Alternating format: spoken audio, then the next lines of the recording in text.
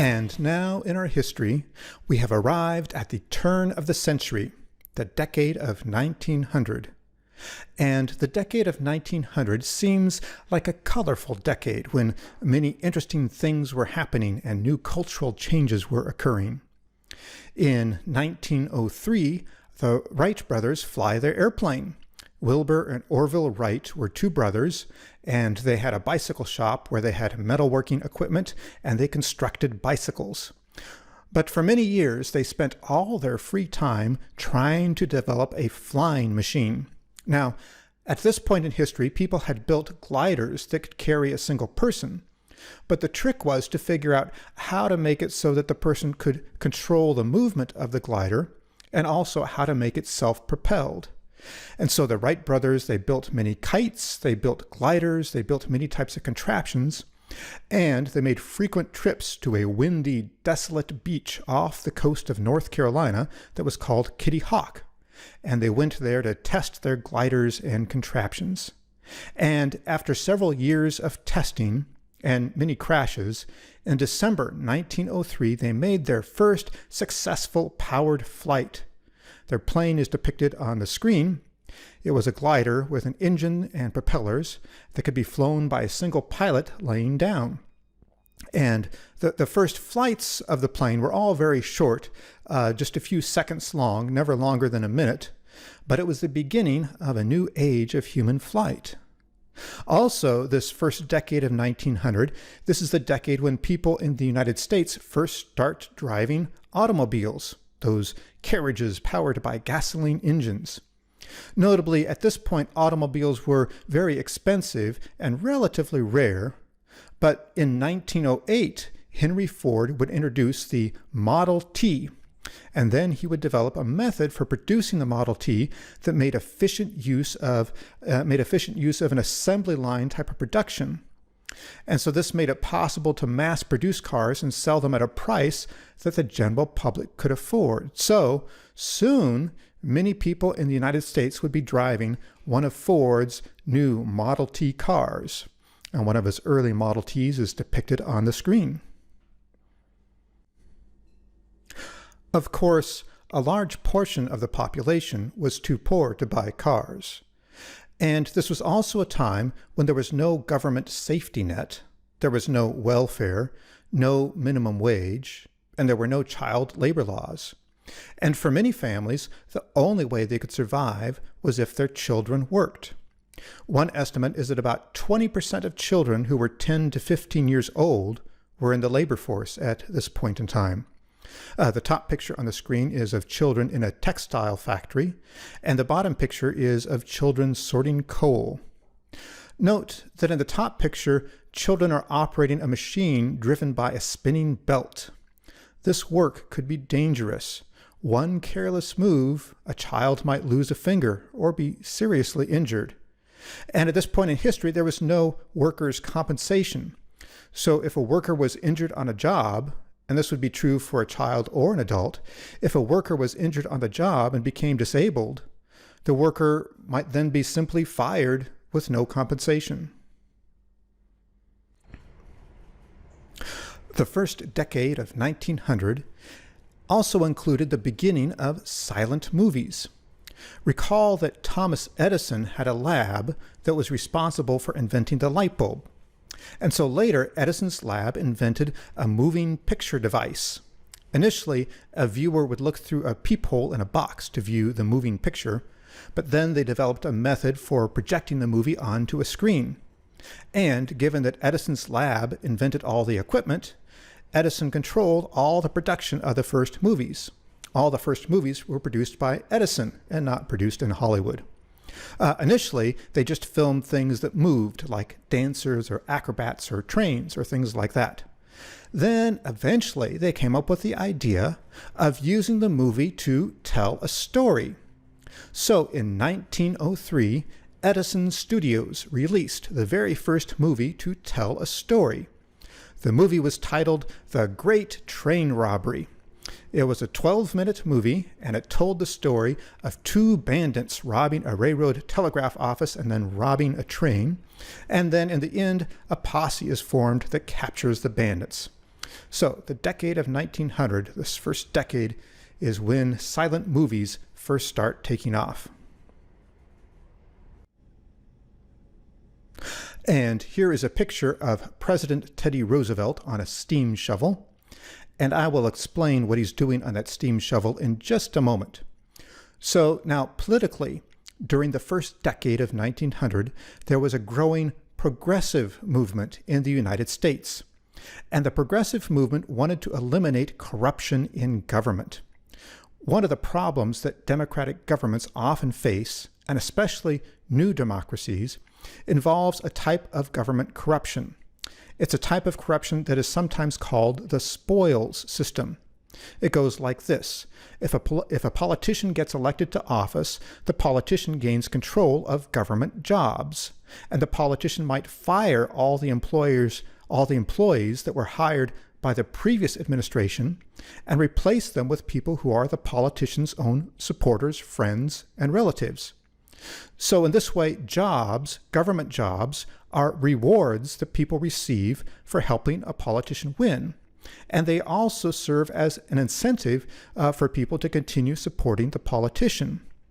And because jobs are given as rewards for providing political support, they are often given to people who are not really qualified to do the job.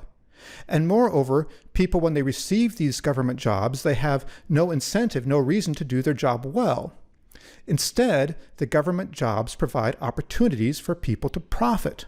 For example, you might be put in a position where you could charge people bribes in order to do your job. Or, for example, if you were a customs collector for a port, it was standard practice to take a percentage of the fines that you charged for people that were trying to avoid a tariff. So if you were a customs collector, that was actually a very lucrative position to gain. And this type of corruption was very common in the United States throughout the 1800s. And so one of the key goals of this new progressive movement was to try to eliminate this type of corruption. In addition, the progressive movement involved a belief that the government had the potential to address many types of problems that people face, and it held the belief that the government should address these problems. In other words, the progressive movement sought to expand the role of government. So this involved things like the movement favored limiting the power of large monopolies and corporations. It wanted to limit the power of wealthy people like Carnegie and Rockefeller. They wanted limits on child labor. They favored laws that would require employers to create safe working conditions. And they favored laws that would require employers to provide compensation for injured workers. They wanted to establish a progressive income tax that would tax wealthy people. They also tended to favor both women's suffrage and prohibition. In other words, they believed that women should gain the right to vote, and they thought that alcohol should be made illegal. Now, from a current perspective, it might seem kind of surprising that the progressive movement favored prohibition, but they wanted to fix problems, including problems caused by alcohol. So it was during this decade that Teddy Roosevelt became president, and Roosevelt is interesting because his agenda included things that are not typically combined together today. He was a Republican, and he was part of the progressive movement. He is largely responsible for the creation of our current national park system. And he supported a kind of a rugged, masculine ideal. He thought that men should be tough, and he loved the outdoors and hunting. He also favored a strong military. Recall that it was Teddy Roosevelt who led the Rough Riders during the Spanish-American War. We talked about that previously. And recall that he called that war a splendid little war. So he favored strong military action. And he led the United States to seize control of Panama in South America and to begin construction on the Panama Canal. And this was a tremendous engineering project that gave the United States control of a shipping passage between the Atlantic and Pacific Oceans. And the picture on the screen That's a picture of Roosevelt visiting the Panama Canal construction site, and he's posing as he sits on top, or sits in a large steam shovel. Now, although Teddy Roosevelt was relatively less racist than many people at this time in history, he still did some cruel racist things. One notable event is that in 1906, Roosevelt dishonorably discharged the entire 25th Infantry Regiment. And this was a regiment of 167 black soldiers that was stationed in Brownsville, Texas at the time. What happened is that someone was killed in Brownsville, the place where the regiment was stationed, and the people in the city assumed, without any evidence, that some of the black soldiers were responsible for the murder. At the top of the screen is a clipping of a newspaper story blaming the black soldiers for the crime. So the white law enforcement officers wanted black soldiers to confess or to accuse each other of the crime. But no one did, and most likely none of the soldiers were involved. So white people either could not believe or they were not willing to believe that it was possible, or indeed even highly probable, that all the black soldiers were innocent. So, because no one would confess and because the black soldiers refused to accuse each other, Theodore Roosevelt stepped in and he gave the entire infantry regiment dishonorable discharges. This meant they lost their jobs, they lost their pensions, and they had dishonorable discharges on their records. So, although Roosevelt was part of the progressive movement, and he was supported by the progressive movement, and although the progressive movement was concerned about issues of social justice, and although Roosevelt generally received support from the African American community, he still took this cruel, racist action. Sometimes in our story, even the good guys do pretty bad things.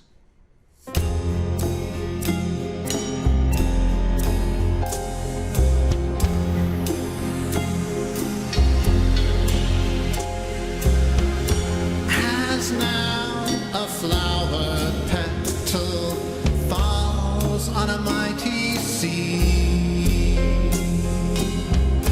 deep blue and surging waves swell endlessly. The clouds are lit by sunlight. At this point in our history, we're getting close to what would be called World War I. And during the first decade of 1900, there were rising tensions in Europe that would prove to be disastrous. First, for many years, Britain maintained the most powerful navy in the world. But around this time, Germany, or Prussia, begins to expand its navy. Recall that Germany's emperor is Wilhelm II, that immature, narcissistic emperor that liked to play practical jokes on people and who wanted to play along with military games and who insisted his side always had to win. So, Wilhelm wanted to expand Germany's navy to increase German power. However, this created an arms race between Britain and Germany, with each country trying to expand its navy to keep ahead of the other. And a British battleship from this time is depicted on the screen. Also recall that France had recently lost a war with Germany, and at this point France is still bitter about the land that it was forced to give to Germany when it lost that war. So at this time there's standing tension between Germany and France, and that adds to the tension. And another source of tension is that there was a war between Russia and Japan that started in 1904. Now, recall that Russia's Tsar was Nicholas II, he was inexperienced and naive. He was unaware of the experience of common people, but devoted to his family. So, both Russia and Japan wanted to expand their territory into areas called Manchuria, which today would be called the area of Korea. And Tsar Nicholas, he was rather naive, and he maintained unrealistic expectations of winning this war. For one thing, the war it would require transporting troops across Siberia to get to Manchuria, and that was a logistical nightmare. So what happened is that Russia suffered a humiliating defeat, and Japan won that war. And this created a lot of public dissatisfaction in Russia and made Tsar Nicholas even more unpopular, and it added to the overall tension at this point in time. Another source of tension in Europe at this time pertained to the Ottoman Empire. So the Ottoman Empire was an empire that had been large and powerful for several hundred years. It included southeastern parts of Europe, such as Turkey and Greece, parts of what today would be called the Middle East, and northern Africa. And the map on the screen shows the area controlled by the Ottoman Empire around the time when the empire was at its peak, which would be a couple hundred years prior to 1900. However, by the time of 1900, the Ottoman Empire had been gradually weakening over many years, and the Ottoman Empire was losing control of the Balkan states. That would be the area between the Black Sea and the Adriatic Sea. So this area in here would be the Balkan states. It can include areas such as Greece and Bulgaria. And these Balkan states were important to both Austria-Hungary, or the Austro-Hungarian Empire, and it was important to Russia because the Balkan states controlled access routes to both the Black Sea and the Adriatic Sea, which then allow access to the Mediterranean Sea and the rest of the world. So these Balkan states were important because they controlled access to trade routes. And so in 1908, the country of Austria-Hungary annexes an area that's Bosnia and Herzegovina right here. Let me erase what's on the map. I'll show it. So Bosnia, Herzegovina, that area right there. So the Austro-Hungarian Empire annexes Bosnia and Herzegovina. They simply declare this area is now part of the Austro-Hungarian Empire and take over the land. And this especially angered the people in neighboring Serbia, right next door to here in Serbia. So the people in Serbia were especially upset about this because people in Serbia wanted to establish a unified Serbian nation that included Serbia, Bosnia, and Herzegovina all together. So Serbia wanted this to be one great big country. So they were very upset when Austria-Hungary annexed the area of Bosnia and Herzegovina, and this added further tension to the area at this time. And contributing to all this tension in Europe, the common military wisdom at this time in Europe was that the best way to win a war would be to make a powerful and decisive preemptive strike. The idea was this. The idea was that you're most likely to win if you strike first and strike fast and defeat your enemy before the enemy has a chance to even realize what happened. So countries in Europe had plans in the books for how they might make these types of preemptive strikes if they ever needed to. Now, one thing that made this policy especially dangerous is that once activated, these plans would be impossible or nearly impossible to stop once they were set in motion. These were plans drawn out with ink and they were written on paper. They didn't have computers at this time, so they didn't have computers they could use to make instantaneous changes to their plans if they needed to. And also, they really didn't have an easy method to communicate with military commanders who were marching towards battle after being given orders. So once set in motion, these preemptive strikes would be hard to stop. Also, given the tensions rising in Europe, countries began forming alliances with each other. So there was one alliance was formed between Britain, France, and Russia, and those three countries formed one alliance. And by the way, the picture on the screen is a picture of the French army from around this time.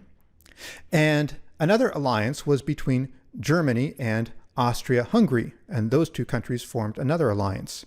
And these alliances only served to increase tension because it meant that if one country was attacked, then multiple countries would be drawn into a war.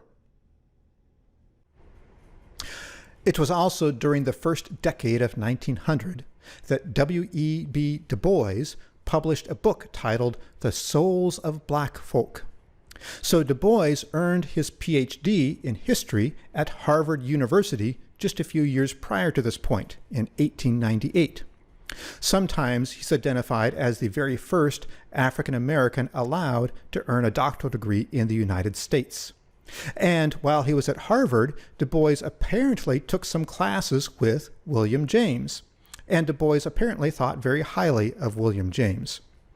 Notably, Du Bois is also one of the founders of the National Association for the Advancement of Colored People, or the NAACP, which was founded in 1909. So now, Du Bois' book, it could be viewed as the beginning of scholarship on how people are affected by racism. And he used the term double consciousness to describe ways in which African Americans move between, experience, and define themselves by two different cultural systems. There's the dominant culture, which views African American culture with contempt, and the African American community, which embraces African American culture. Now, initially, Du Bois supported the idea of uplift suasion. And actually, this would have been true for the NAACP as well, that they supported the idea of uplift suasion. Recall, that's the idea that's associated with an assimilationist type of racism, that black people need to improve themselves to gain equality with white people. So Du Bois wanted impoverished black people to demonstrate exemplary behavior to prove that they were worthy of respect, in hopes that this would help decrease racism. This viewpoint implicitly places some blame on impoverished black people for their lack of advancement. It also reinforces a kind of double standard, where impoverished black people need to engage in types of exemplary behavior that's not expected of impoverished white people. So this is a reminder that when you live in a world where racism is pervasive, regardless of skin color, it tends to distort how everyone sees the world. So Du Bois, and actually initially Du Bois supported this idea of uplift suasion, but notably later on in his life, he changed his views and eventually he became critical of uplift suasion. Another author publishing books during the first decade of 1900 was Catherine Blackford, pictured here on your screen. So Blackford ran a consultation business, she worked for large companies, and she also published books. And she did what could be called a physiognomy-based character analysis for the purpose of vocational guidance and evaluation. Now, recall that physiognomy is the practice of judging a person's personality based on the way a person looks. So she was using physiognomy for the purpose of vocational guidance, helping people determine what type of job they would be good at, and helping companies determining who they should hire. So her analysis focused mostly, not exclusively, but it focused mostly on facial characteristics. She thought that a careful observation of a person's facial features was a valid way to assess character, and she thought this was more useful information for employers in making hiring decisions than, say, responses to interview questions or getting references. So she focused on looking at people's facial characteristics. And here is a page from her book with a caption, "A Study in Profiles." Beginning at the upper left, which is pure convex, the face grades into plane at lower left, then into pure concave at lower right. And she thought this would be useful information for judging people's character. Or here is another page from her book, a caption, "This is Sir Henry Fowler, a splendid example of fine enduring physical balance with excellent intellectual equipment. Note large, long nose, ears, and chin, long, straight upper lip, long, rather lean lines of cheeks and face in general, flat-topped head, prominent brows, and square jaw. These are all typical indications of calmness, practical judgment, prudence, shrewdness, moderation, and as a result, longevity. So she was using physiognomy, looking at facial characteristics to make judgments about personal character. And, as might not be surprising, Catherine Blackford's physiognomy included racist ideas. She thought that white races evolved in climates that led them to become superior. Here's an example of something she wrote. She wrote that white races are conquerors and rulers of dark-skinned races who were less aggressive, less bold, less domineering, less vigorous, because their kindly environment had not necessitated the evolution of these rugged traits. So in general, Blackford thought that European facial characteristics were indicators of a superior character. She also proposed something that she called the law of color. And this law of color was simply that shades of skin and also hair color were useful in evaluating character. Darker colors were bad, lighter colors were good. On the screen is another picture from her book with the caption, "A group of Negro boys. Note primitive forehead of boy in middle of rear line, also flat noses and convex mouths and chins." So she thought all the stuff was indicators of people's character. So that's Catherine Blackford, a very popular author at this time, writing on essentially a psychological topic and promoting highly racist ideas. Waves swell endlessly. The clouds are lit by sunlight, dancing on the crest of ceaseless, frightening waves. No feeling, thought, or rest. Peace fills the salty air, blowing like a tender breeze.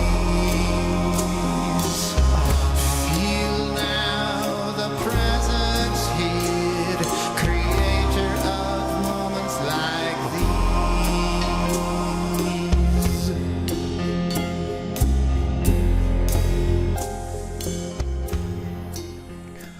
Recall that we previously talked about the asylum movement in the United States. Recall that when the United States was just starting off as a new country, there was a movement to build asylums for people fitting what today we would call mental illness. And recall that initially the intent was to provide moral therapy. Initially, asylums were small. They were run by a single physician called a physician superintendent, and the goal was to provide kind, compassionate care. They were supposed to be places where people could rest and where they could do things like gardening and art. And although this was a great idea, there were some key problems with this approach.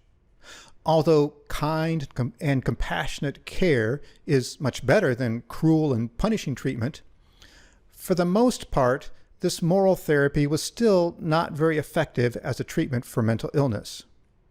Also, as society became more modern, there seemed to be an increasing need or desire to have some place where people could be put for special treatment when they could not function in society. So, as more and more people were put in asylums, the asylums became larger and larger. And as they became larger, the quality of care probably deteriorated.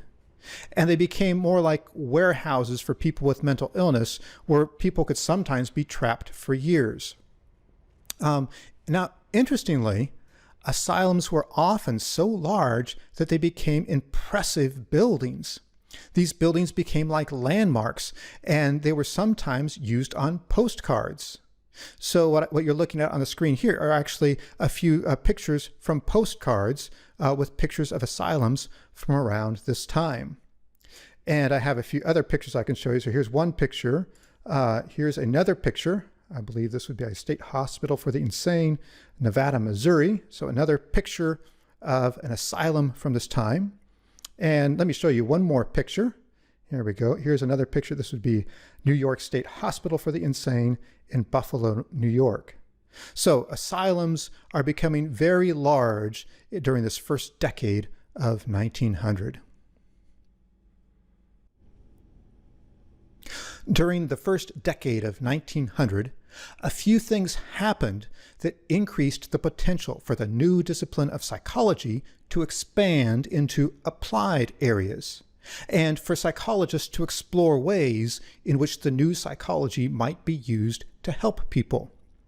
So, for example, in 1906, a man named Morton Prince founded a journal called Journal of Abnormal Psychology. Now, Morton Prince was a neurologist, a medical doctor, and the purpose of his journal was to focus on what he called the psychic causes of mental disorders. He was also an expert in something that he called multiple personality disorder, and he provided some of the earliest descriptions of people with multiple personalities, something that eventually would become maybe somewhat of a controversial disorder. Now, although Prince was a medical doctor, his new journal, his Journal of Abnormal Psychology, was actually important for psychology because Prince was interested in the new psychology, and his journal became an outlet where psychologists could publish their work. So prior to this point, no one who identified as a psychologist was really doing work on what today we would call mental disorders. However, now with Prince's new journal, psychologists could do research in this area and have an outlet where they could publish their work. So Prince opened the door for psychology to expand into research on mental disorders. It is also during the first decade of 1900 that some people getting degrees in this new psychology begin finding work in applied settings outside of academic work. For example, some psychologists found work in mental institutions, in juvenile justice settings, and in institutions that were called homes for the feeble-minded. And also, because academic jobs were closed to women, the small number of women who did complete graduate training in psychology around this time sometimes were able to get professional jobs in these applied areas of psychology. Now, one of the more interesting stories about psychologists pursuing work in applied settings is the story of Elwood Worcester and the Emmanuel movement. So Worcester completed a doctoral degree with Wilhelm Wundt in Germany in 1889, and then in 1904 he became pastor of an Episcopal church in Boston called Emmanuel Church. And as a pastor, he wanted to use his psychology training in ways that would be beneficial for the community. And he wanted to help people who were suffering from problems that he described as people who are mentally and morally diseased. So one day he announces at his church that he will begin holding weekly meetings to provide help to people. And these meetings become extremely popular. And the movement became known as the Emmanuel movement because it was taking place at Emmanuel Church. Now, notably, although Worcester was trained by Wundt, he was also interested in the mind cure movement. Recall that the mind cure movement focused on people's beliefs with the idea that people can be healed by changing their beliefs. So Worcester's Emmanuel movement was probably much more influenced by mind cure than by anything he did with Wundt. His approach included teaching people relaxation exercises. For example, he had breathing exercises and visualization exercises, and he gave people suggestions that they would be cured. He tried to make them believe they will be cured, and he emphasized mind over body. So Worcester is an interesting example of a psychologist delving into the work of providing help to people. During the first decade of 1900, there were several important developments in the area of statistics and data analysis. In 1901, Francis Galton and Carl Pearson established a new journal called Biometrica. And on the screen are pictures of Galton and Pearson. In these pictures, Galton is always on the right and Pearson is on the left. And recall that Pearson had created formulas for calculating things like correlations and standard deviations. and that Galton and Pearson, they were interested in measuring individual differences, and they were interested in eugenics. So their new journal was funded to a large extent by Galton's money. Recall, Galton was very wealthy, but Pearson served as the primary editor. And the journal published studies reporting measurements of large numbers of people and animals. When I look at the things they published, sometimes it seemed like they were just measuring everything they could and reporting the results, regardless of whether the information might be meaningful or useful for anything. However, this journal was especially important because it became the primary journal for the development of statistics, and it included articles describing new techniques in data analysis. Another important statistical discovery during the first decade of 1900 came from someone who was trying to develop techniques for brewing good beer. There was a man named William Gossett, depicted here, and he worked for the Guinness Brewing Company in Dublin, Ireland. He also had degrees in mathematics and chemistry, and at one point he took a one-year leave of absence from his job at the brewery to study with Carl Pearson. Now, Gossett was trying to figure out the best method for determining how much yeast to add to the beer wort when making beer. The problem was that different shipments of yeast might have different levels of potency, and he needed to figure out how many yeast samples he needed to draw and test from a shipment to accurately determine the potency of the entire shipment. This is a question about something called sampling error, and it is an issue that is also highly relevant for research in psychology and medicine. In psychology and medicine, the question is this: how many people do you need to include in a study before you can conclude that the results apply to the entire population? That is, how many people do you need in a study to conclude that your results are something meaningful and not some random fluke? So Gossett developed something called a t-distribution. And the t-distribution provides formulas that can be used to determine the expected amount of sampling error in a study based on the number of people that are included in the study. In other words, it's a formula that researchers can use to determine if their sample size is large enough to conclude that the results are meaningful. And one interesting part of Gossett's story is that because he was an employee of the Guinness Brewing Company, he was not allowed to publish his work. That is, the company didn't want employees publishing things that could be trade secrets. So, to get around this, in 1908, Gossett published his work under a pseudonym. He published a paper describing his t-distribution with the author simply listed as student. So, to this day, the t-distribution is often referred to as student's t. And it is currently one of the most widely used formulas that researchers use to determine if their samples are large enough to draw meaningful conclusions from the results. Now, as we've seen, at this point in history, psychologists had developed many ways of assessing people, but a couple crucial questions had not been addressed. Specifically, how do we determine if an assessment instrument is reliable and if it's valid? These could be described as psychometric questions. So reliability has to do with whether an assessment method will produce consistent values each time the same thing is assessed.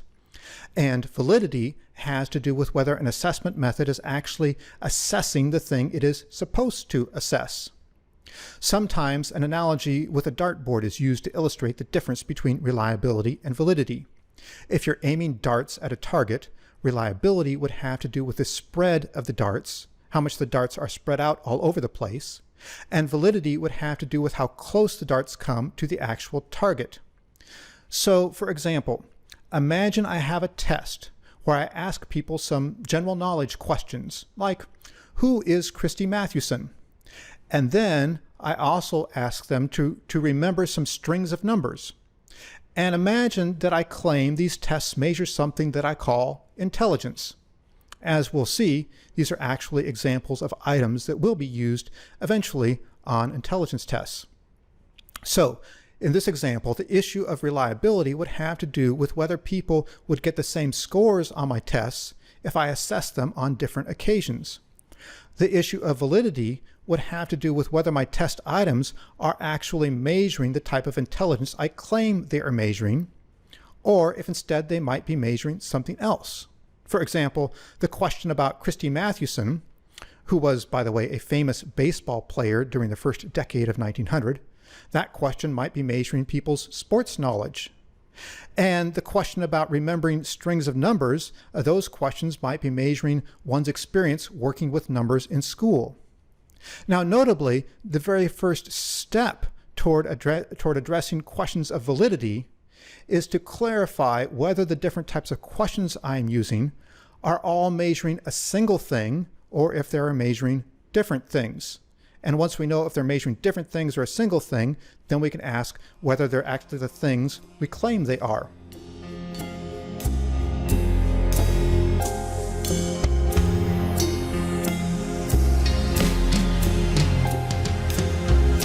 As now a spirit moving glides over water deep and blows this breath of life.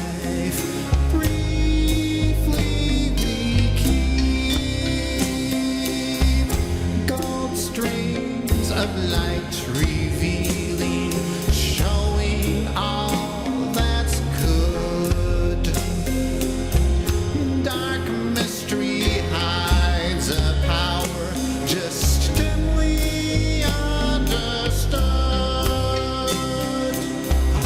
Peace fills the salty air.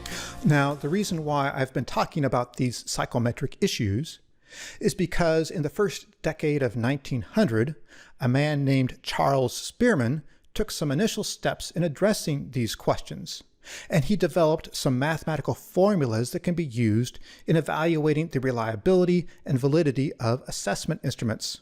So essentially, this is the beginning of what could be called psychometric theory. And on the screen is a picture of Spearman and his family from around this point in time. Now, Spearman was English, and he actually started off, he served several years as an officer in the British Army. But then eventually he went to Germany and got a doctoral degree in psychology with Wilhelm Wundt. Then, after getting his degree from Wundt, after that in 1907, he returned to England and he obtained a position at University College London. Now, this is the same place where Karl Pearson was. And notably, although Spearman received his degree from Wundt, his line of work had almost nothing to do with Wundt at all. His work was almost entirely focused on the type of work that Galton and Pearson were doing, that is, work using large samples of people to investigate individual differences. Yet, one interesting note is that although Spearman and Pearson worked at the same institution, and they worked on similar types of work, it appears they did not get along well with each other. They were often openly critical of each other, and they seemed to have a bad relationship with each other. And as it turns out, for some reason, many of the statisticians in our story will often have troubles getting along with each other. One of Spearman's most important publications was actually a paper he published while he was still a graduate student with Wundt in 1904. It was a paper that had nothing to do at all with Wundt's work, and instead it pertained to the topic of intelligence and individual differences. And it was not published in a European journal, but rather it was published in Stanley Hall's journal, the American Journal of Psychology. So in this article, Pearson developed foundational formulas for what would eventually be called factor analysis. And this is a statistical technique for addressing that question about whether a set of different test items are all measuring one thing or all measuring different things. And he used data from people completing sets of test items that were supposed to measure intelligence. And he demonstrated that each item was measuring two factors, as he called them.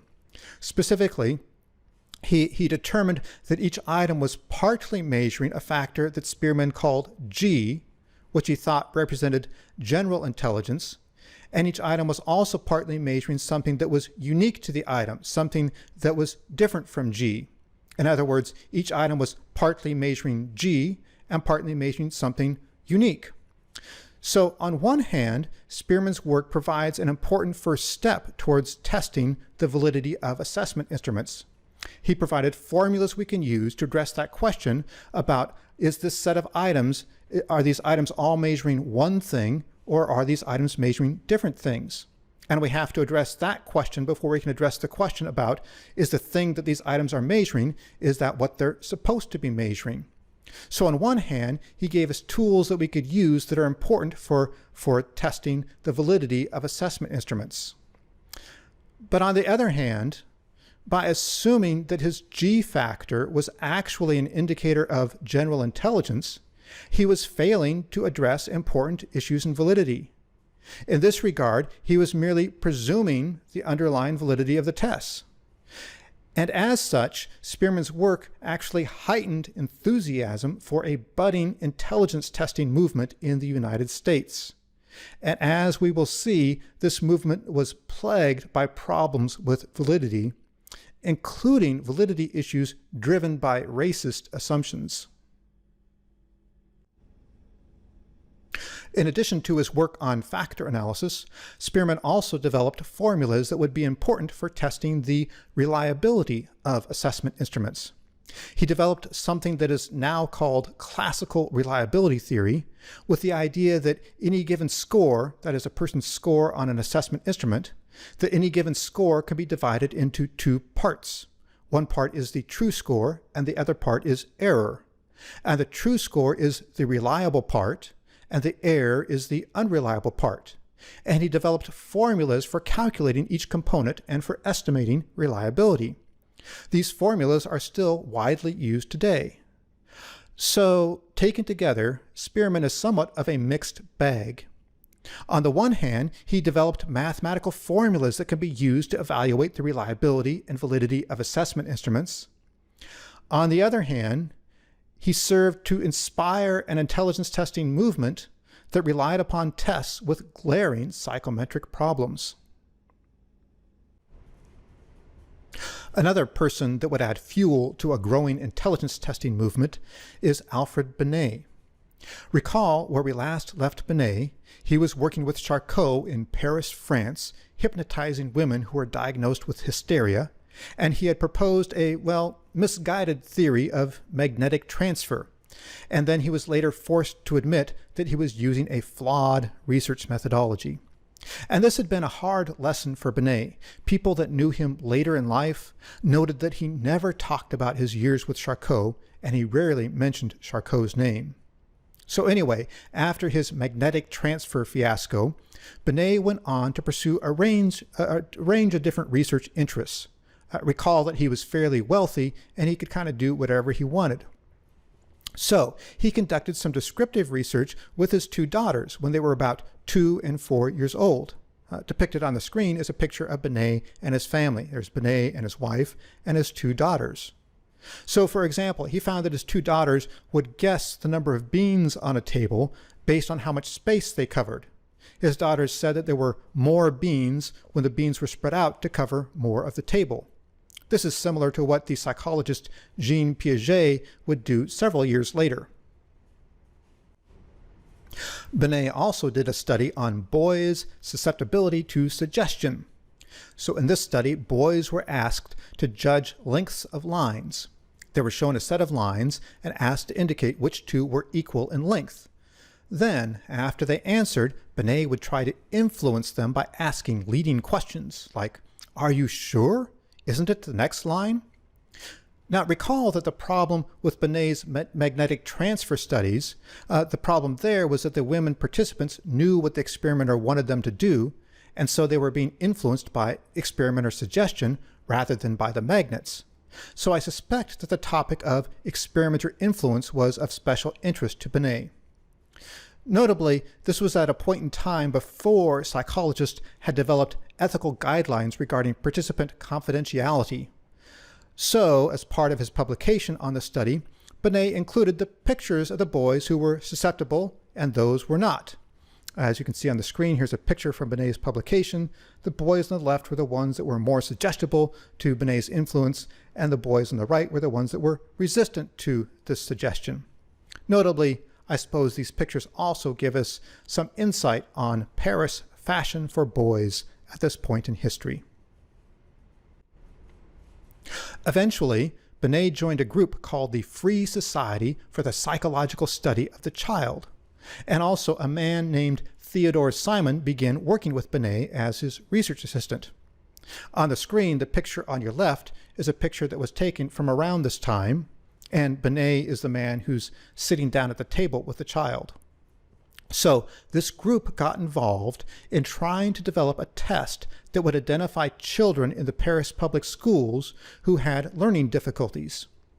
And in 1905, Binet and Simon developed a scale for assessing children, and then they revised their scale a couple years later, and eventually the scale became known as the Binet-Simon Intelligence Scale, and it is typically considered the very first intelligence test.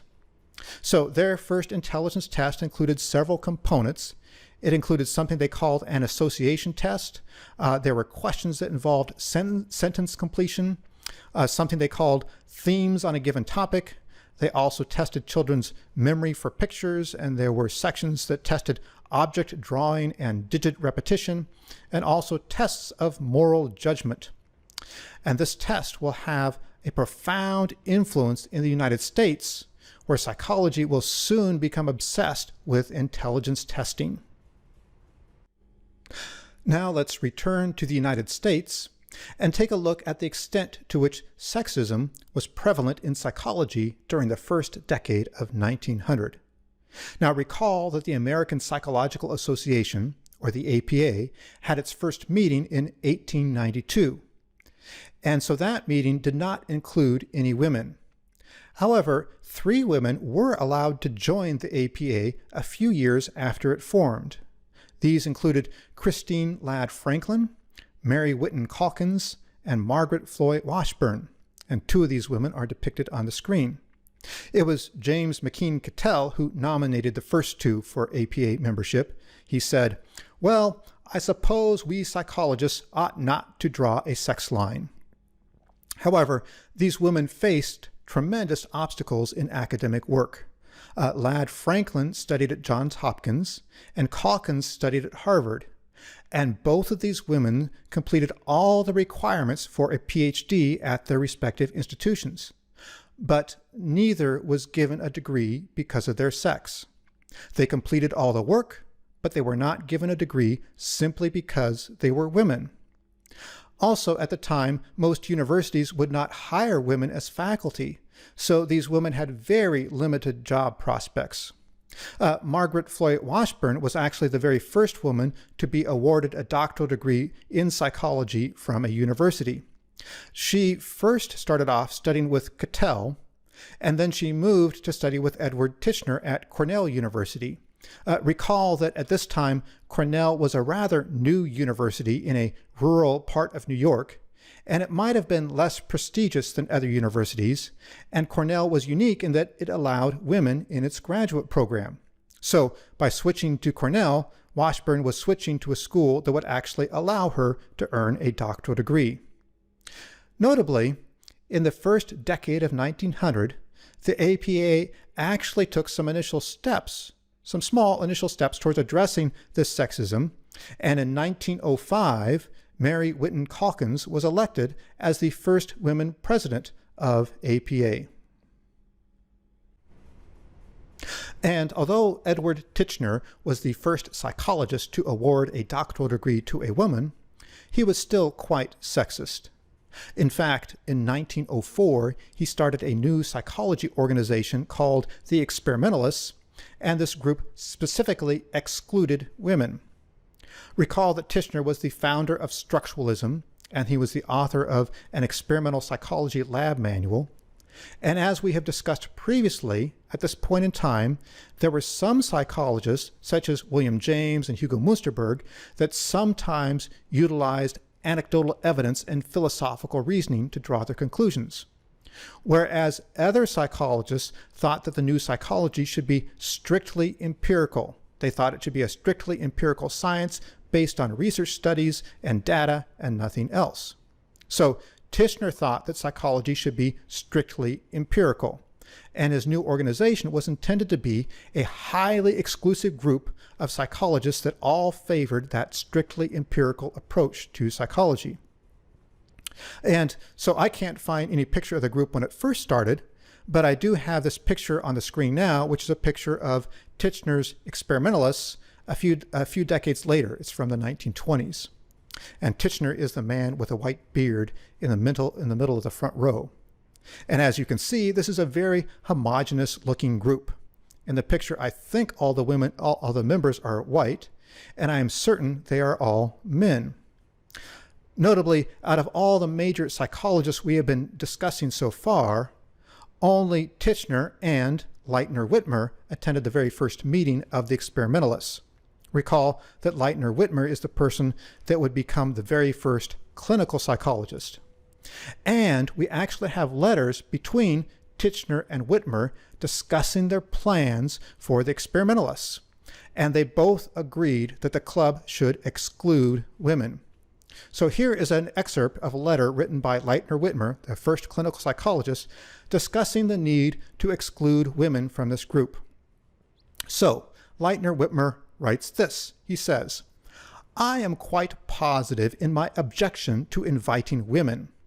I am sure from my experience that you cannot run an informal meeting of men and women. We want a small, vigorous association where we can speak our minds with perfect freedom. The larger and more heterogeneous the organization, the more likely is vigorous discussion to be misinterpreted and to be taken as an offense by individuals who may happen to be attacked. I think that the presence of women in an organization greatly adds to this danger, owing to the personal attitude which they usually take even in scientific discussions. I favor a small association, no invited guests, and no women members." So that is Leitner-Whitmer's opinion of whether women should be involved in the group. We also have letters between Christine Ladd Franklin and Tishner, where Ladd Franklin asks to join the group and provides a compelling argument against their sexist decision to exclude women. Her argument apparently fell on deaf ears because the group continued to exclude women and did so until after Tishner's death. Dark mystery hides a power just dimly understood. Peace fills the salty air, blowing like a tender breeze. Feel now the presence here, creator of moments like these.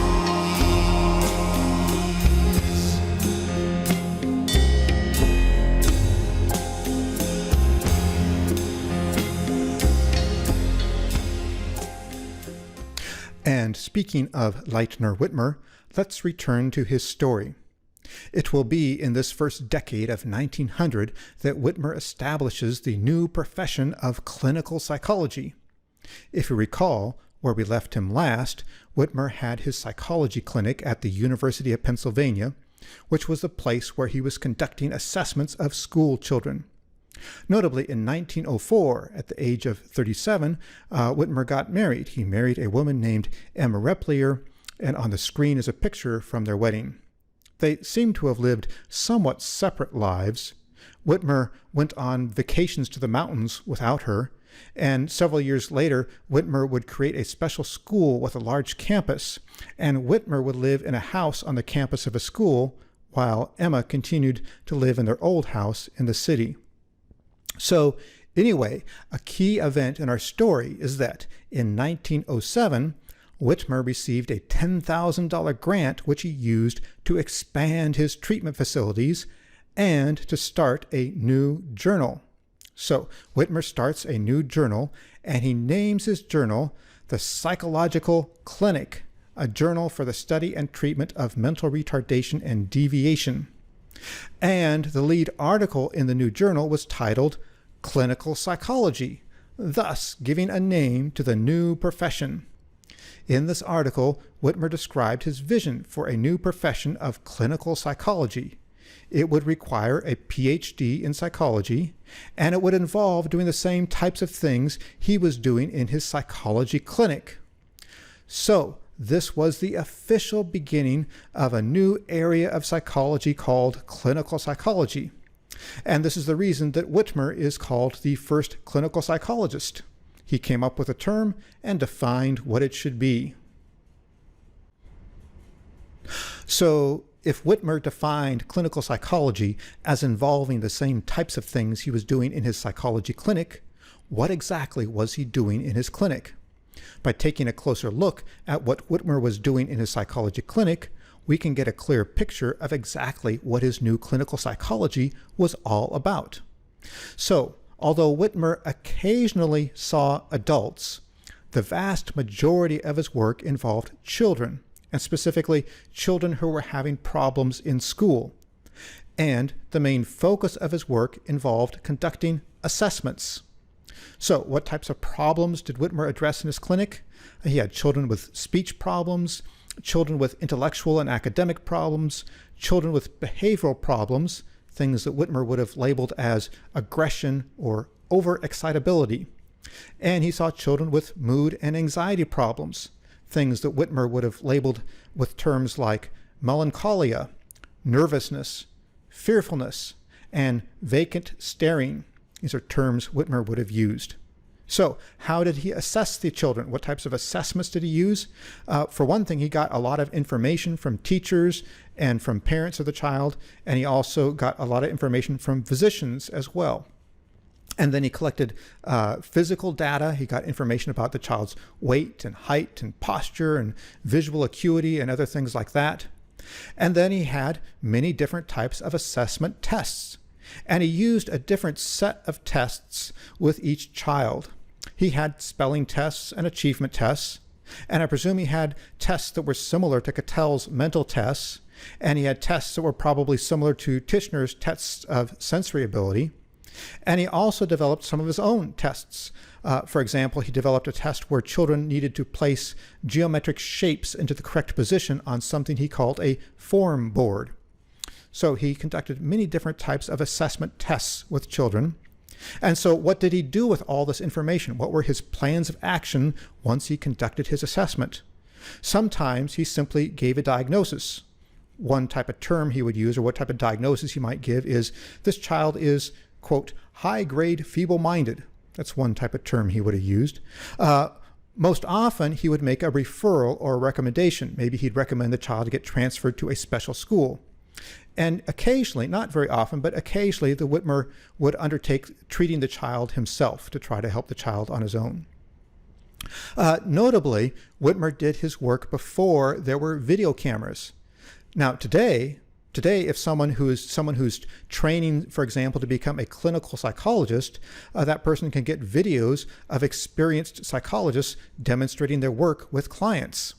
And today, people can learn what clinical psychology looks like by watching videos. However, in the first decade of 1900, this was not possible. So, to demonstrate how Whitmer worked with children, Whitmer would work with children on a stage in front of a live audience. And the picture on the screen is a picture of one of these demonstrations. So Whitmer would work with the children on the stage, and then he would occasionally turn to the trainees in the audience and explain what he was doing. One thing that may seem somewhat surprising about Whitmer is that, in addition to being the first clinical psychologist, he also became interested in the study of primates. At one point, he got access to an orangutan through a friend who was a museum curator, and he tried to teach words to the orangutan. And then there was a well-publicized event with a chimpanzee named Peter. The picture on the screen is a newspaper clipping from the event. Whitmer brought this chimpanzee into his lab and attempted to give the chimpanzee some of the same tests that he gave to children. And then later, Whitmer actually acquired his own chimpanzee. a chimpanzee named Mimi, and he kept her in his lab for several months. I suppose this illustrates how psychology was still quite fluid at this point in time. Because it was a brand new discipline, there were not yet clear boundaries between areas of psychology, and so a single psychologist might explore a range of different, seemingly disjointed topics. So, like many psychologists around this time, Whitmer is someone that could be highly critical of others. For example, recall that Whitmer was opposed to the philosophical approach to psychology taken by William James. So when William James published his textbooks, his book Principles of Psychology, Whitmer criticized the book in a way that seems especially harsh. Whitmer wrote that William James is this is a quote from Whitmer, so Whitmer says, William James is a philosopher psychologist, temperamentally interested in mysticism, professionally engaged in philosophy, and temporarily assuming the role of a psychologist. The spoiled child of American psychology, exempt from all serious criticism and the beau ideal of a large and cultured circle, who, since the publication of his Principles of Psychology, has apparently relaxed the intellectual tradition which every man should exert over his desires. So he could be pretty harsh in his criticism. And notably, at one point, Whitmer had a falling out with Hugo Münsterberg. Recall that Münsterberg, like William James, was at Harvard. Münsterberg had a lab at Harvard where he was pursuing an eclectic mix of applied topics. And apparently, at one point, Münsterberg had written an article for a popular magazine in which Münsterberg said psychology had nothing to offer teachers. I'm not exactly sure what Münsterberg said or what he meant by it, but whatever he said, it prompted Whitmer to write things that were critical of Harvard's lab in his first issue of his new journal. And Münsterberg took offense at this, and Münsterberg demanded that Whitmer retract his statements. But Whitmer refused. So after that point, Whitmer refused to attend any professional meetings held at Harvard, and Münsterberg refused to attend professional meetings if they were held at Pennsylvania. Then later, at one point, Münsterberg wrote an article about providing treatment to people with alcoholism, and Whitmer wrote a scathing criticism, saying that, to the present time, the reports of cases presented by Professor Münsterberg do not warrant us believing that he has cured any drunkard whatever. Now, Münsterberg wanted to retaliate, and he actually tried to have Whitmer expelled from the APA.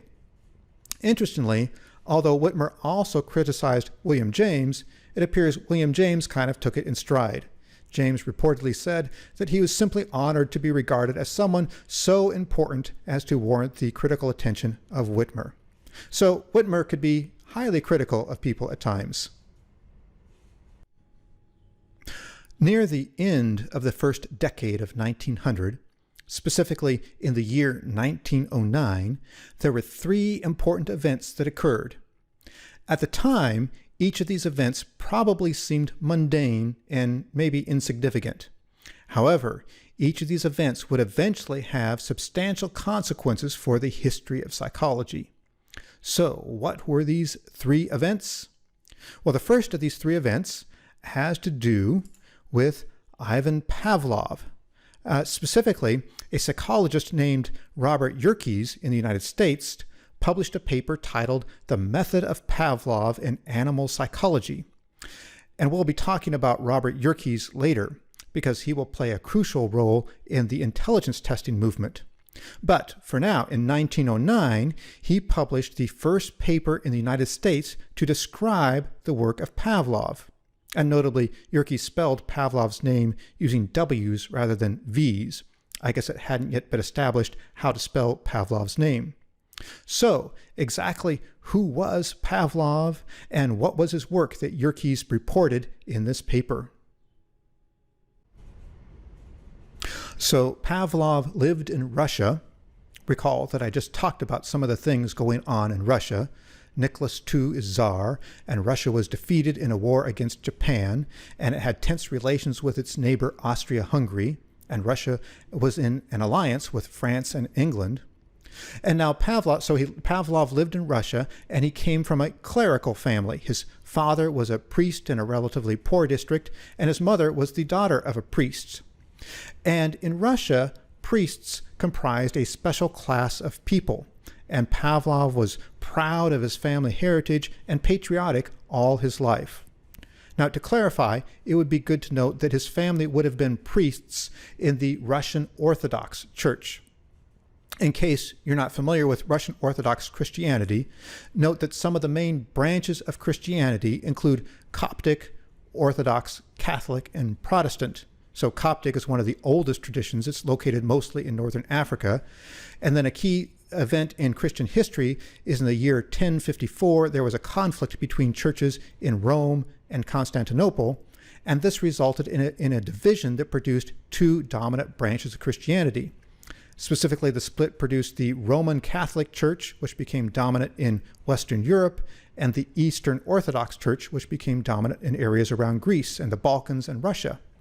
And then later in 1517, a movement started largely by Martin Luther resulted in many churches breaking away from the Roman Catholic Church, and these were called Protestant. So within the scheme, Pavlov's family would have been associated with the Russian Orthodox Church, which was part of the Eastern Orthodox tradition.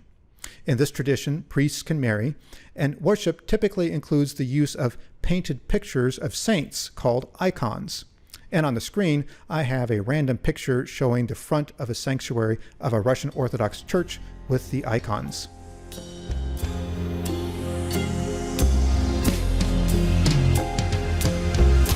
As now the waves are crashing, splash on a rocky shore, moved by some mystic force forevermore.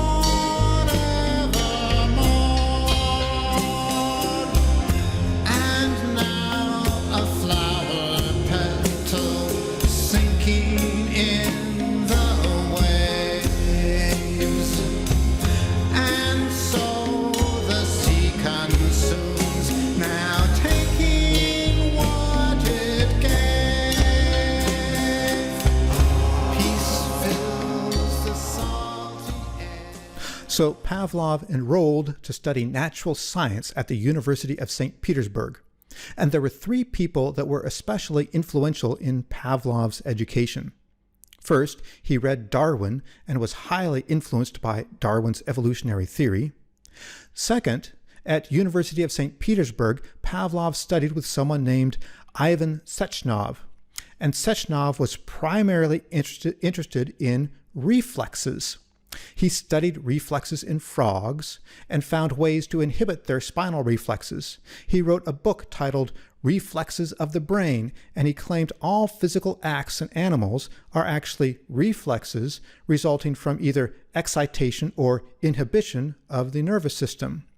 So, like Sechnov, Pavlov was interested in studying reflexes for his entire career. Later, when Pavlov developed his theory of classical conditioning, he explained it in terms of reflexes. And then the third person to influence Pavlov was someone named S.P. Botkin.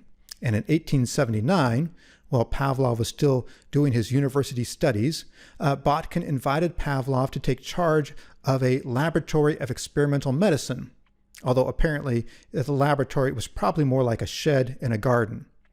And so Botkin ascribed to the theory of nervism. And this was an extremely popular theory at the time, that the nervous system regulates bodily functions, and therefore the nervous system is responsible for many diseases. This led to ideas that excessive stimulation of the nervous system could cause many ailments and many diseases. It's partly why, as we've seen in our story of the James family, that people were sometimes advised by doctors to decrease their brain stimulation that was supposed to improve their health. It could also be related to the idea that the term that eventually got used, the idea of someone having a nervous breakdown, could be connected to the theory of nervism. So anyway, Pavlov started doing his research, and he started doing research with dogs. And he did the type of research that involves performing surgeries on live animals and then making observations of the animal afterward. And Pavlov became very skilled in doing these types of surgeries. It certainly doesn't sound like a very happy surgery for the animal, but Pavlov became very skilled as a surgeon. And his initial studies, they investigated the extent to which the cardiac nerves regulate the force of the heartbeat. And in 1883, Pavlov graduates and receives a medical degree. So after graduating, Pavlov went to Germany for a few years. He worked with Carl Ludwig in Leipzig, and recall that Ludwig was a member of that Berlin Physical Society, that group that was opposed to dualism and that was doing research on the function of nerves.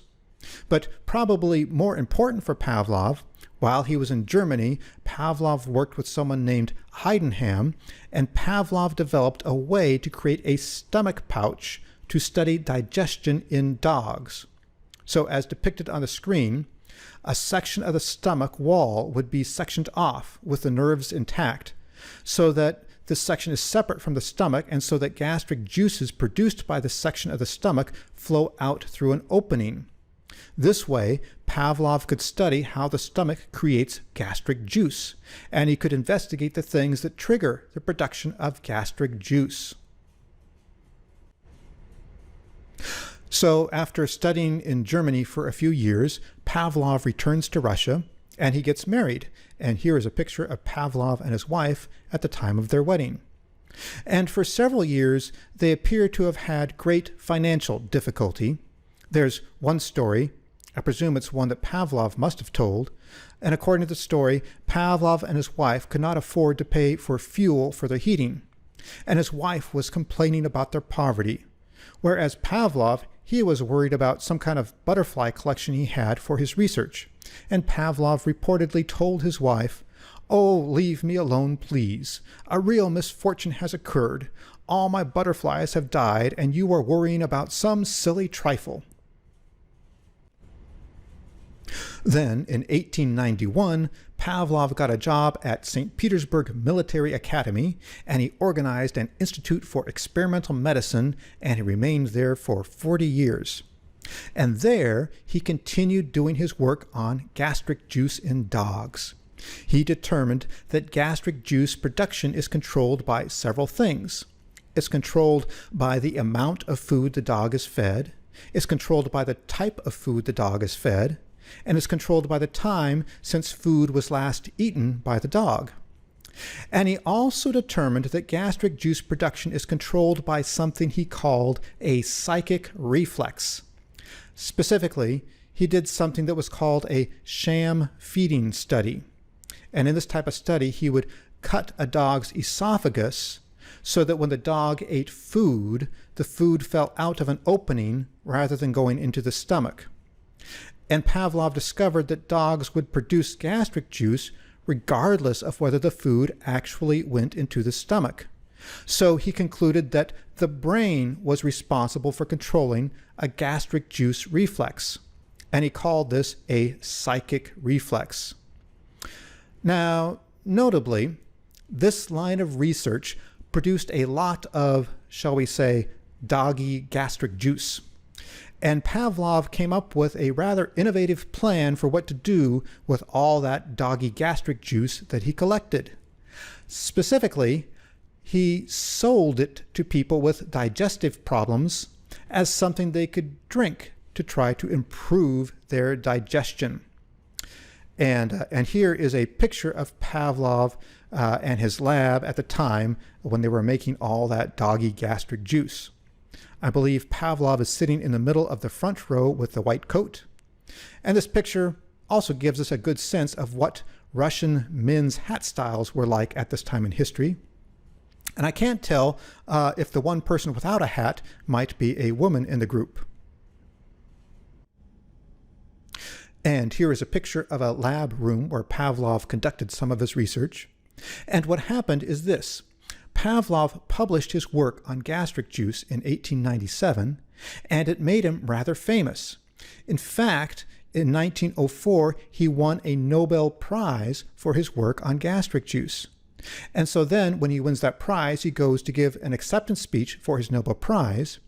And in his acceptance speech, he talks about another type of reflex he observed in dogs. Specifically, he talks about something he calls conditional reflexes. And this is what today we would call classical conditioning. For example, when a dog is fed, the dog salivates. If something like a buzzer or footsteps always occur before the dog is fed, eventually the buzzer or footsteps will make the dog salivate. In this case, Pavlov called the food an unconditional stimulus and the buzzer or footsteps a conditional stimulus. And we'll talk about Pavlov more later, but the key thing to note at this point is that in 1909, Yerkes published an English summary of Pavlov's work, and this introduced Pavlov to psychologists in the United States. Now, at the time, not many people noticed, but eventually this will become quite important. The second important event that occurred in 1909 pertains to a man named John Watson, who will turn out to be a very interesting character. So in 1909, something happened that caused Watson to become the editor of the journal Psychological Review. This was the journal that Cattell had started, the one that was intended to be an alternate to Stanley Hall's journal, and it was becoming the dominant journal in psychology in the United States. So, who was John Watson? What caused him to become the editor of Psychological Review? And why is all this important? Well, John Watson was born and raised in rural South Carolina. He was the fourth of 6 children. His mother, Emma Watson, was highly religious, and she disapproved of drinking, smoking, and dancing, and she made Watson vow to become a minister. Watson's father, on the other hand, a man named Pickens Watson, he was violent and abusive, and he actually abandoned the family when Watson was 13 years old to go live with 2 Native American women on the outskirts of town. This must have been an extremely scandalous event at the time, and it was also clearly highly distressing for Watson, and it appears that Watson never forgave his father. Many years later, when his father was 80 years old and Watson was famous, his father attempted to visit Watson, but Watson refused to see him. It seems that Watson grew up in a family that had many difficulties, and Watson himself may have experienced behavioral and emotional problems. During high school, Watson did poorly in school, and he was frequently in trouble. He was arrested twice, once for firing a gun, and once for something called racial fighting. And I'm not exactly sure what this was, but it must have been something extreme if he was arrested for it in South Carolina at the time. And it reminds us about the extent to which racism was pervasive. In spite of Watson's poor grades in high school, he managed to arrange an interview with the president of a Baptist college called Furman College, and he convinced the president to allow him to enroll. So, John Watson enrolls in Furman, and his stated goal is to become a minister, the thing his mother wanted him to do. And here's a picture of Watson from this time at Furman. Watson is the person on the right. And years later, Watson would describe his college experience as being bleak and lonely. Although, notably, records reveal that he was an honor student, and women that knew him at the time remember him as being an attractive person. So, anyway, while Watson is at Furman, he made an important connection with one of the professors there, a professor named Gordon Moore. And at the time, Gordon Moore had recently returned from a sabbatical at the University of Chicago, where he had been studying the new psychology. So Gordon Moore then introduced Watson to psychology. Notably, Watson's experience with Gordon Moore was not entirely positive. Apparently, Gordon Moore had a policy for his classes that students would receive a failing grade if they handed in a paper with the pages backward. I'm not exactly sure what this meant, but it was some kind of policy about how papers should be formatted. So, during his senior year, Watson deliberately hands in a paper with the pages backward, and Moore failed him. And as a result, Watson had to stay an extra year. So, eventually, though, Watson graduates, and afterwards he spends 1 year as the only teacher in a one-room school. However, at this point, two things happen. First, Watson's mother dies, and that leaves Watson free to pursue whatever career he wants to pursue, and so he drops his plans to become a minister. Second, Gordon Moore moved to the University of Chicago, and in spite of having failed Watson for turning in his paper backward, Moore must have maintained a supportive relationship with Watson to some degree, because Gordon Moore encouraged Watson to apply to the graduate program at University of Chicago. And so that's what Watson did, and he was accepted, and so he followed Gordon Moore to University of Chicago, and John Watson began his graduate work at University of Chicago. Peace fills the salty air, blowing like a tender breeze. Feel now the presence here, creator of moments like these. Peace fills the salty air, blowing like a tender breeze. Feel now the presence here, creator of moments like these.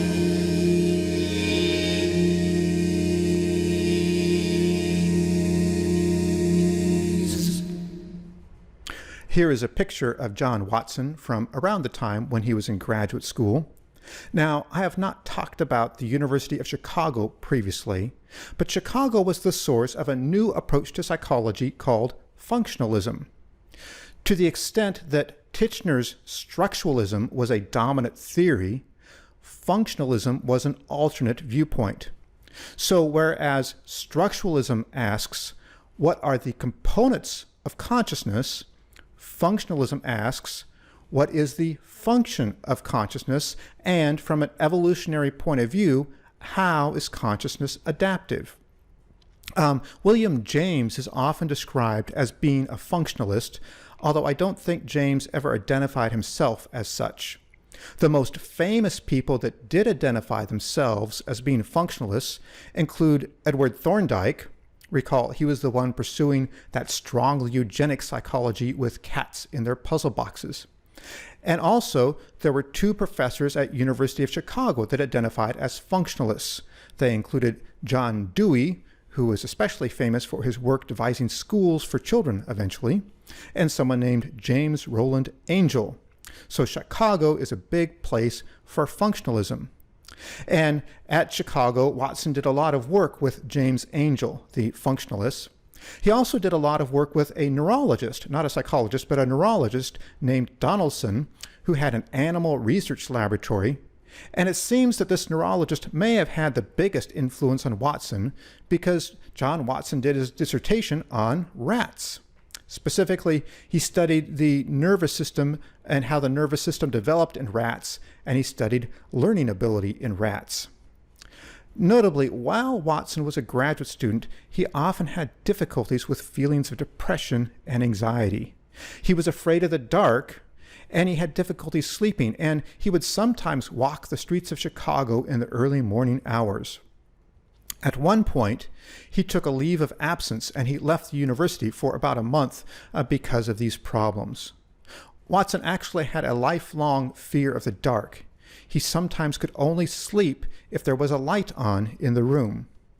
These fears and anxiety that Watson had will turn out actually to play a role in the future direction of his research, as we will see.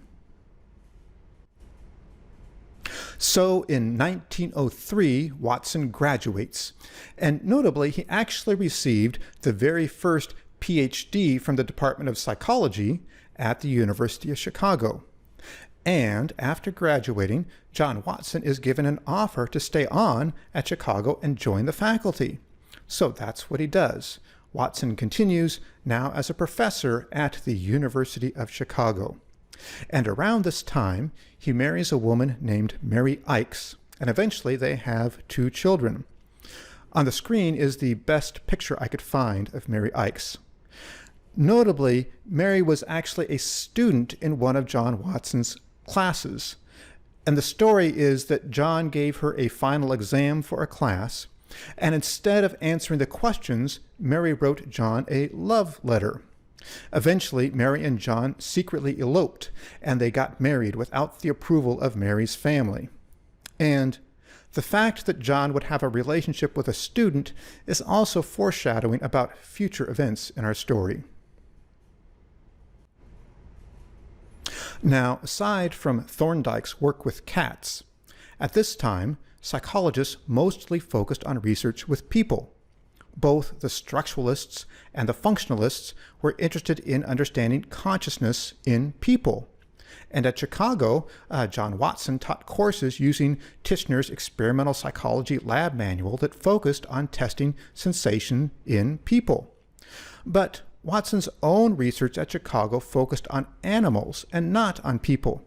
He continued his research with rats, and he did a series of studies attempting to understand which sensory modalities were important for rat learning. First, he trained rats to run through a miniature maze. Initially, they took 30 minutes, and then after repeated trials, they could do it in less than 10 seconds. Then, to determine which sensory modalities were important, he blinded some of the rats to see if they could do it without sight. Then, he tested to see if they could do it without smell, without hearing, and without their whiskers. Eventually, he determined that only rotating the maze would actually interfere with their performance. Now, when the public became aware of this research, as might not be surprising, many people were upset about the way he used the rats, and there was a strong anti-vivisectionist outcry. The New York Times ran an article with the headline, "Vivisection Described. Professor Watson Tells of Gradually Depriving Rats of Its Senses to Test a Theory." On the screen is a cartoon that was published from around this time opposing Watson's research with animals. It depicts Watson being strapped to the table as rats operate on him. Caption there reads, "Dream of the medical vivisectionist crank who wantonly and cruelly operated on rats to see the effect from a, quote, scientific point of view of the loss of different senses." And for example, one rat says, "Nothing but hot air up here, doc." And another says, "Ah, then cut off his ears next." In addition to studying rats, Watson made a yearly trip to the dry Tortugas Islands off the coast of Florida to do field studies of naughty and sooty terns. On the screen is a picture of a tern. And it's interesting to note that eventually Watson would propose a type of behaviorism that greatly downplayed the role of instincts in animals. However, his research with terns at this point mostly involved studying instincts. He discovered that if a real egg was replaced with a fake egg, birds did not notice, and they continued to nest. When an egg was placed in an empty nest, birds began nesting it. So, whereas many psychologists at this time were seeking to understand human consciousness, Watson was pursuing a line of research with animals. Now, after several years at the University of Chicago, Watson received an offer to move to Johns Hopkins University. He initially declined the offer, but then they increased what they were offering, and Watson accepted and moved to Johns Hopkins. Now, at the time, the head of the psychology department at Johns Hopkins University was a psychologist named Mark Baldwin. And Baldwin had actually collaborated with Cattell when Cattell founded his journal, Psychological Review. And then after a few years, Baldwin took over as the editor of the journal. So this means that when Watson moved to Johns Hopkins University, Watson was now working under Baldwin, who is both the head of the department at Johns Hopkins and the editor of Psychological Review. But shortly after Watson arrived, Baldwin was caught up in a scandal. So Baldwin was arrested in what was described as a, quote, a police raid on a colored house of prostitution. Now, initially this was kept secret, but shortly afterward, Baldwin was nominated for a school board position, and some people who were opposed to his nomination publicized his arrest. And this created a huge public scandal. And as a result of this, Baldwin was forced to resign from his position at Johns Hopkins, and he was forced to resign as editor of Psychological Review. In fact, after this, Baldwin actually left the country, and he spent the rest of his life in France and Mexico. So what this meant is that John Watson is now given all the positions that Baldwin had just vacated. Watson becomes head of the department, and what's especially important for our story, Watson becomes the editor of Psychological Review. And there are two things to note from this story. One is that this will have a profound effect on the future direction of psychology, and another is that John Watson should have paid closer attention to how sex scandals could ruin careers of psychologists. The third important event that occurred in 1909 was that Sigmund Freud accepted an invitation from Stanley Hall to visit the United States and to give some lectures at a conference being held at Clark University. These lectures would become known as the Clark Conference. So, although Freud was not a psychologist and his ideas were not yet widely known in the United States, Stanley Hall, actually, here we go. Yep, there's Stanley Hall. So Stanley Hall was aware of Freud, and he saw value in Freud's ideas, and he liked Freud's emphasis on sex, because Hall was interested in the topic of sexual themes in children, and Hall favored sex education. And so this sets us up for the story of the Clark Conference. And here is a famous picture from the Clark Conference. In the front row is Sigmund Freud on the left, and Stanley Hall in the middle, and Carl Jung on the right. So, what was the Clark Conference?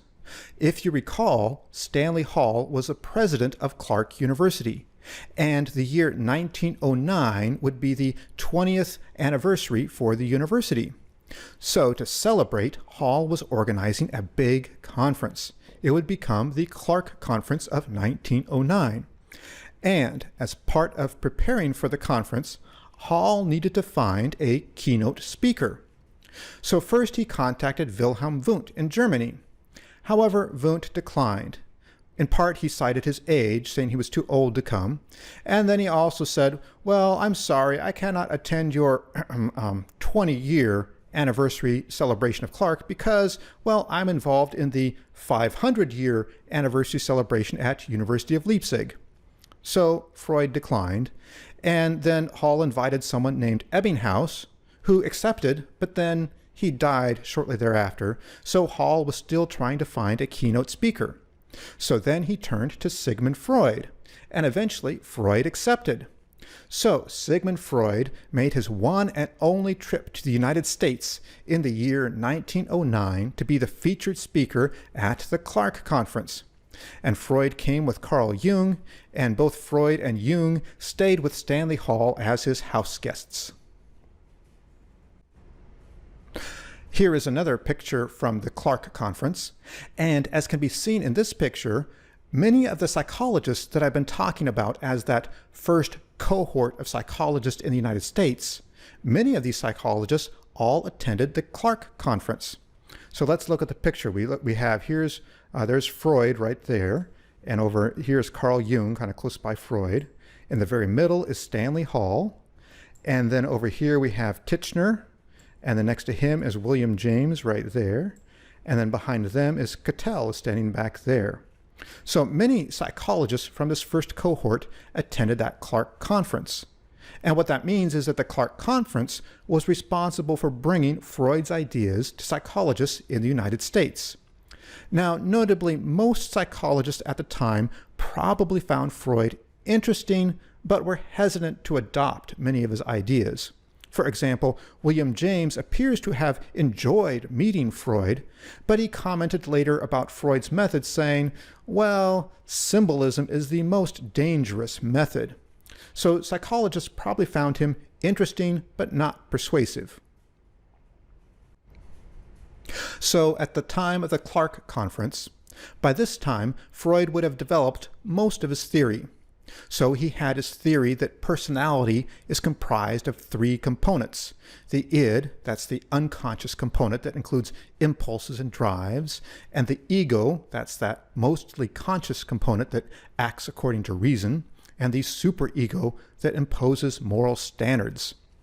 And he had his theory of psychosexual stages of development, that is, the stages of oral, anal, phallic, latent, and genital stages, with each stage being associated with a conflict between seeking gratification through a different part of the body and the limitations of the external world that limit gratification seeking.